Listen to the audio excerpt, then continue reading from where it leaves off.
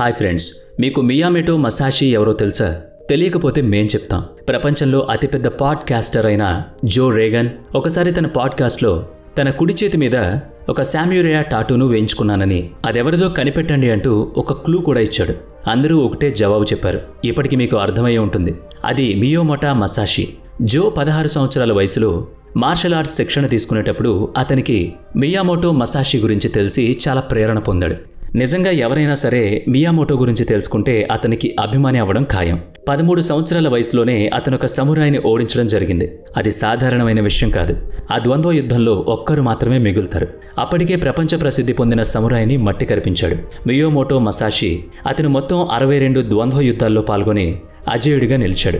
ఆ యుద్ధాలేవి ఏదో సాధారణ వ్యక్తులతో చేస్తున్నాడు అనుకుంటే పొరపాటు. వాళ్ళంతా ప్రపంచ ప్రసిద్ధి పొందిన యోధులు. ఇప్పుడు మనం ఇక్కడ ఆ 62 యుద్ధాల గురించి తెలుసుకోలేం, కానీ 3 యుద్ధాల గురించి మాత్రం ఖచ్చితంగా తెలుసుకుని తీరాలి.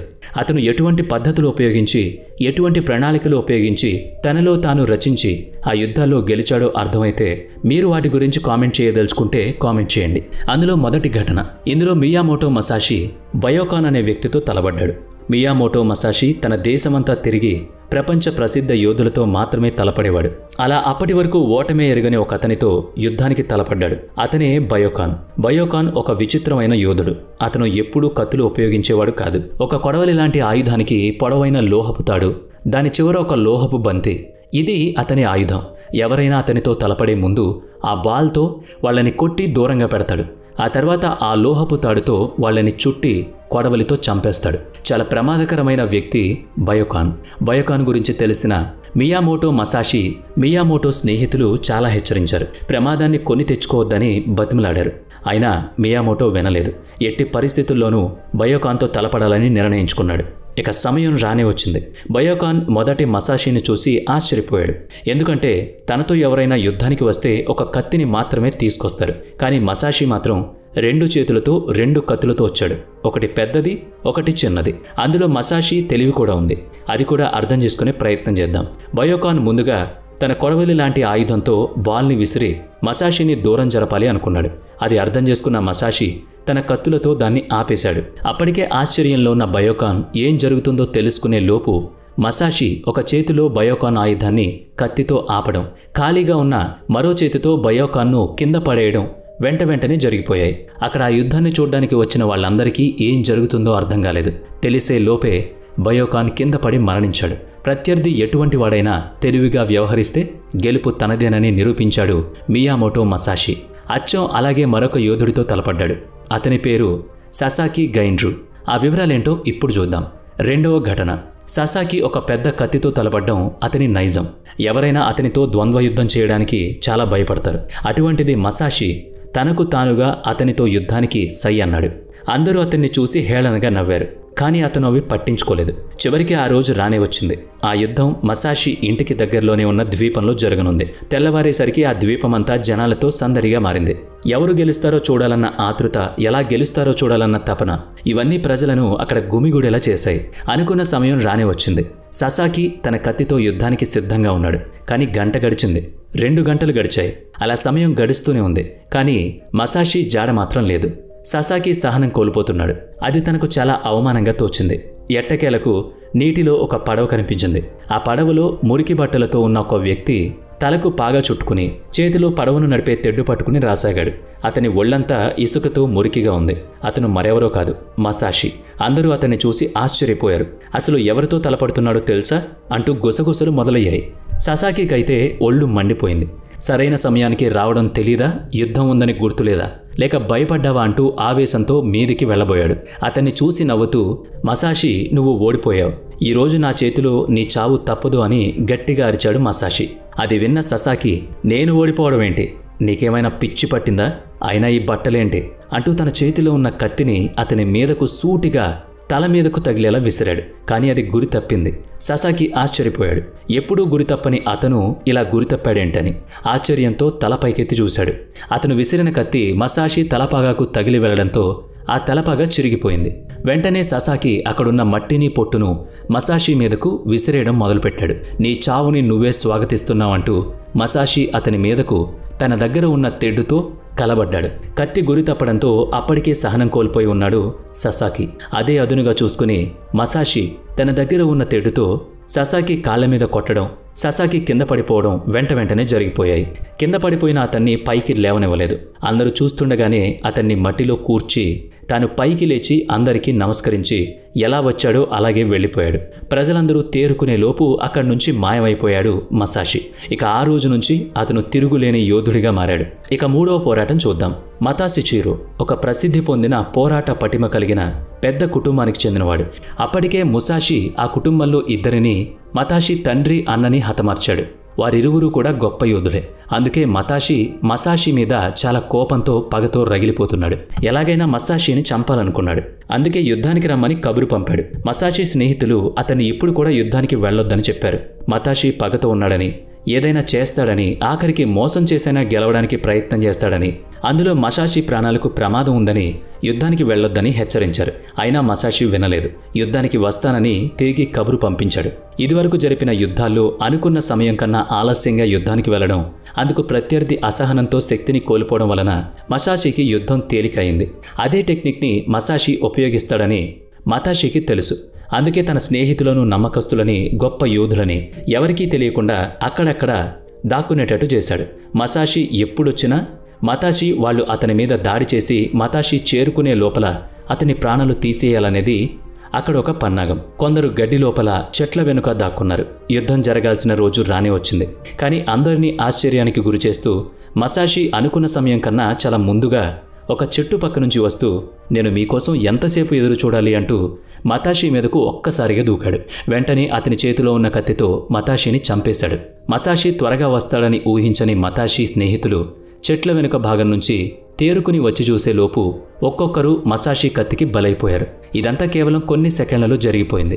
అక్కడ ఉన్న వాళ్ళంతా హతాశులయ్యారు. ఇక అప్పటి నుంచి జపాన్లో కత్తివీరుడు అంటే మసాషి పేరే వినిపిస్తుంది. యుద్ధంలో మాత్రమే కాదు, మసాషి ఒక తత్వవేత్త, రచయిత, చిత్రకారుడు కూడా. ఇవన్నీ తాను రచించిన బుక్ ఆఫ్ 5 రింగ్స్ అనే పుస్తకంలో పొందుపరిచాడు. ఆ పుస్తకం చదివిన జో ప్రేరణ పొంది అతని చేతి మీద టాటూ వేయించుకున్నాడు. ఈ పుస్తకంలోని 3 ప్రాచీన పద్ధతులు ఇప్పుడు మనం తెలుసుకుందాం. ఇవి ఉపయోగిస్తే జీవితం అర్థవంతంగా మారుతుంది. ఓటమిని జయించగలుగుతాం. The triple filter test. Socrates దగ్గరికి ఒకసారి అతని మిత్రుడొచ్చి నేను నీ ప్రాణ స్నేహితుడి గురించి ఒక విషయం విన్నాను, నీకు తెలుసా అని అడిగాడట.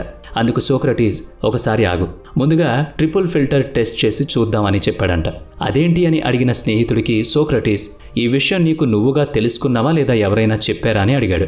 ఆ స్నేహితుడు లేదు, ఎవరో చెప్పగా విన్నాను అన్నాడు. అంటే అందులో ఎంత నిజం ఉందో తెలియదు. సరే, మరి రెండో ప్రశ్న, ఇప్పుడు నువ్వు చెప్పబోయే విషయం మంచి విషయమా కాదా అని అడిగాడు. అందుకు ఆ స్నేహితుడు మంచి విషయం కాదు అని పూర్తిగా వ్యాఖ్యానాన్ని ముగించేలోపే సరే ఆగు, ఇక మూడో విషయం, ఆ విషయం తెలుసుకున్నందువల్ల నాకేంటి ఉపయోగం, ఒకవేళ తెలుసుకోకపోతే ఏదైనా ప్రమాదం సంభవిస్తుందా అని అడిగాడు. అందుకు ఆ స్నేహితుడు అదేం లేదు, తెలుసుకున్నా తెలుసుకోకపోయినా ఒకటే అని చెప్పాడట.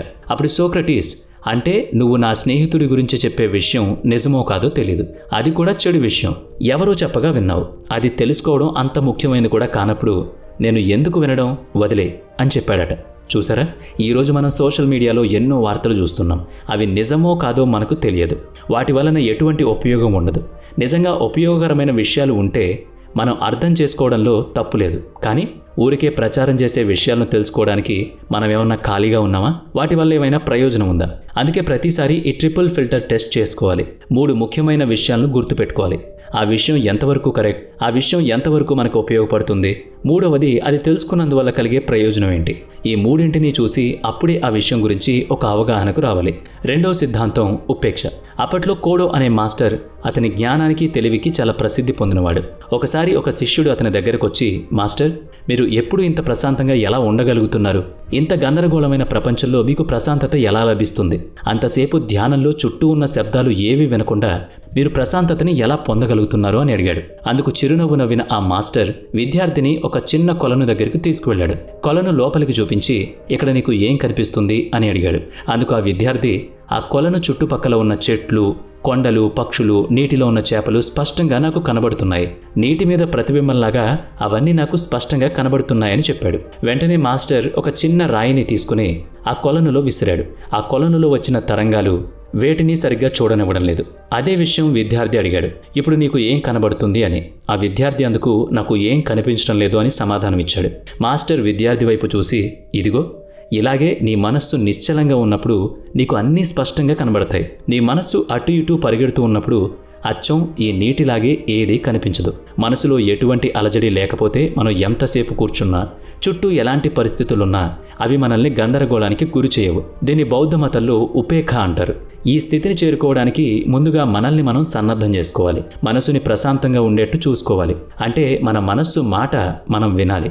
ఆ తర్వాత ఊపిరి గట్టిగా పీల్చి 1, 2, 3 అంటూ లెక్క పెడుతూ నిదానంగా ఊపిరి బయటకు వదలాలి. ఇక చివరిగా మొమెంటో మోరీ సిద్ధాంతం. రియాన్ హాలిడే అనే రచయిత తన ఆఫీస్లో ఒక ఫోటోని పెట్టుకుంటాడు. ప్రతిసారి దాన్ని చూసినప్పుడల్లా అతనికి ఒక విషయం అర్థమవుతుంది. ఆ ఫోటోలో ఒక అస్థిపంజరం విల్లుతో నిలబడి ఉన్నట్టుగా ఉంటుంది. అది చూసిన ప్రతిసారి అతనికి మరణం తప్పదు అన్న విషయం అర్థమవుతూ ఉంటుంది. మరణాన్ని ఎవరూ ఆపలేం. దాన్ని 2 వర్గాలుగా అర్థం చేసుకుంటారు. మొదటి వర్గం వారు ఏదో ఒక రోజు చనిపోతాం కదా, అలాంటప్పుడు ఎంత సంపాదించినా ఏం ప్రయోజనం, ఏం చేసినా ఏం లాభం, ఇలాంటి నిర్లిప్తతతో బతుకుతూ ఉంటారు.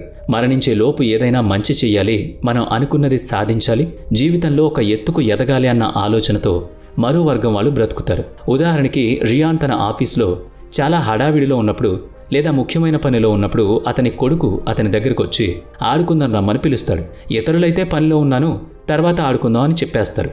కానీ ఆ ఫోటో వైపు చూసిన రియాన్ తను చేస్తున్న పని అంతా పక్కన పెట్టి తన కొడుకుతో ఆడుకుంటాడు. ఎందుకో తెలుసా? బహుశా ఆ రోజే తన కొడుకుతో గడిపే ఆఖరి క్షణం కావచ్చు.